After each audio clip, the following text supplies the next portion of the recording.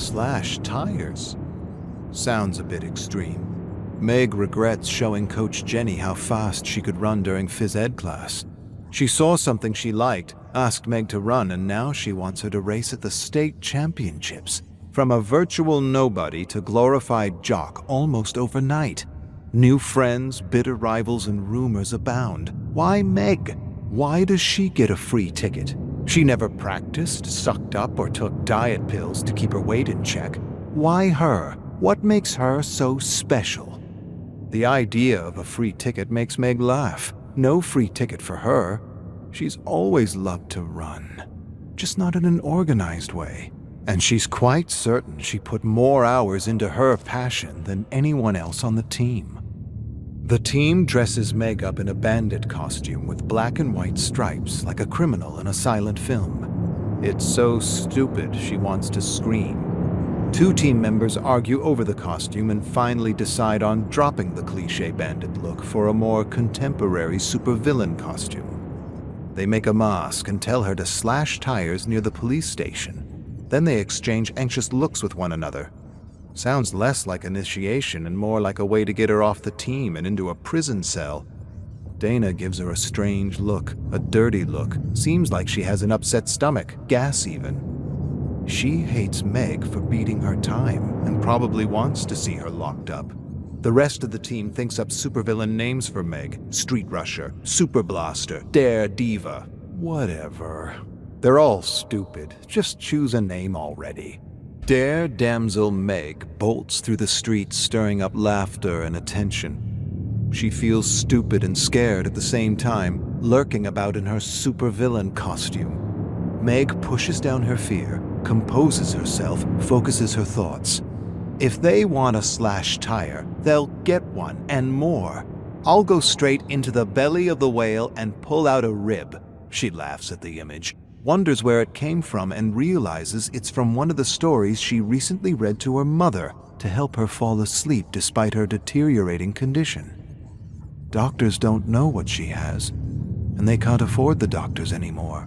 Don't let your thoughts betray you. Meg pushes her grief out of her mind as pedestrians laugh and point at her costume. I'm going to target the police and set the record of this stupid hazing ritual. Determined, Meg approaches the Colorado police station with her heart beating at a record-breaking speed. She kneels behind a cruiser, hesitates. Her hand trembles involuntarily. She's not used to breaking the law. She takes a deep, calming breath. First time for anything. Then, with a pocket knife, she slashes a tire, yanks a piece of rubber off, and backs away. Before the officers realize what's what, Meg's a bolt of lightning. Her heart's pounding in her throat. Her legs are a blur. The police give chase but eat her dust. She returns to the team with a piece of slashed rubber and a new team record. A police cruiser. An actual police cruiser. Beat that! The team laughs and jeers, except for Dana, who stares at her with her usual gas face. No one on the team has ever done anything so bold. Welcome to the team, Dare Damsel Meg. Meg is the talk of the school, and she likes it. Coach Jenny tells her she still needs a lot of work in the mechanics of running. She doesn't even know what that means. She's been running in the mountains with her mother for years, and she never had to learn the mechanics of running. Coach says for the next few practices, she needs to improve her confidence on the starting line. Sure, that shouldn't be a problem.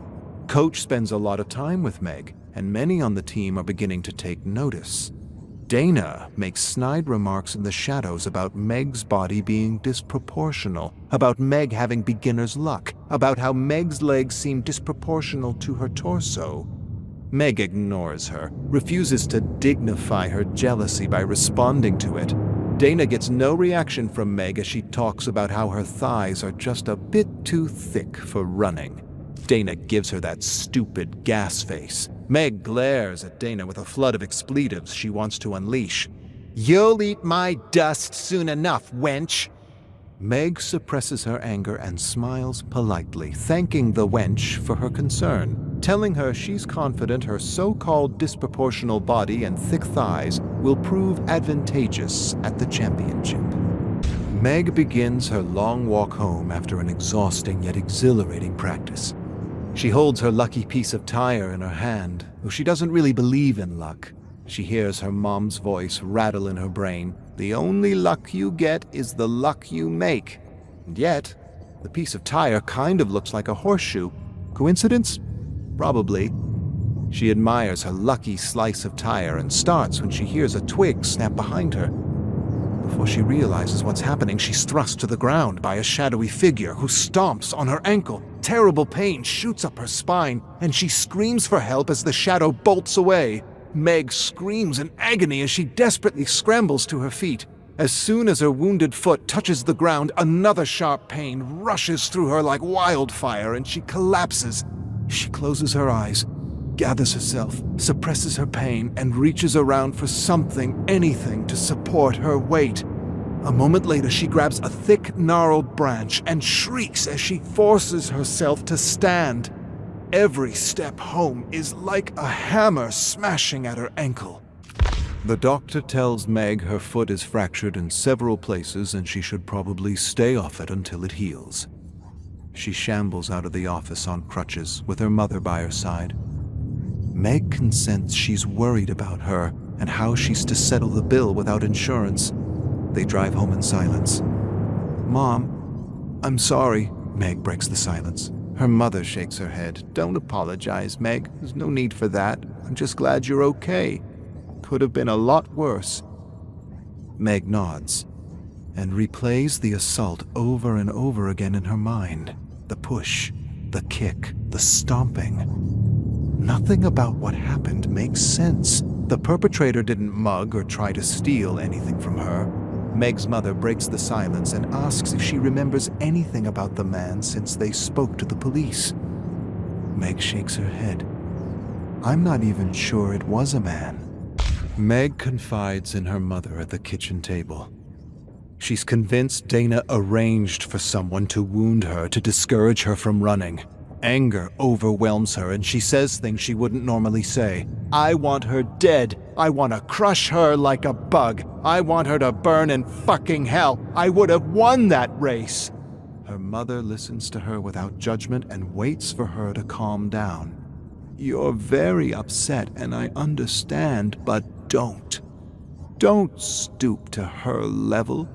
Don't let her turn you into what you're not. You want revenge? Best revenge is success. Let her know you're the best, even at your worst, and that will be her worst freckin' hell." Meg narrows her eyes on her mother. Her mother squeezes her hand. "If you think you're beaten, you are. If you think you can't, you can't. Life's battles aren't won with speed and strength, but mind and will." Tears fill Meg's eyes, not because of her mother's advice, but because she knows her mother's days are numbered, and this is probably one of their last be-positive pep talks. Her mother hands over a box she pulls from under the table. Meg lifts the lid to reveal a black dress unlike anything she's ever seen or worn. Before she can say anything, her mother laughs.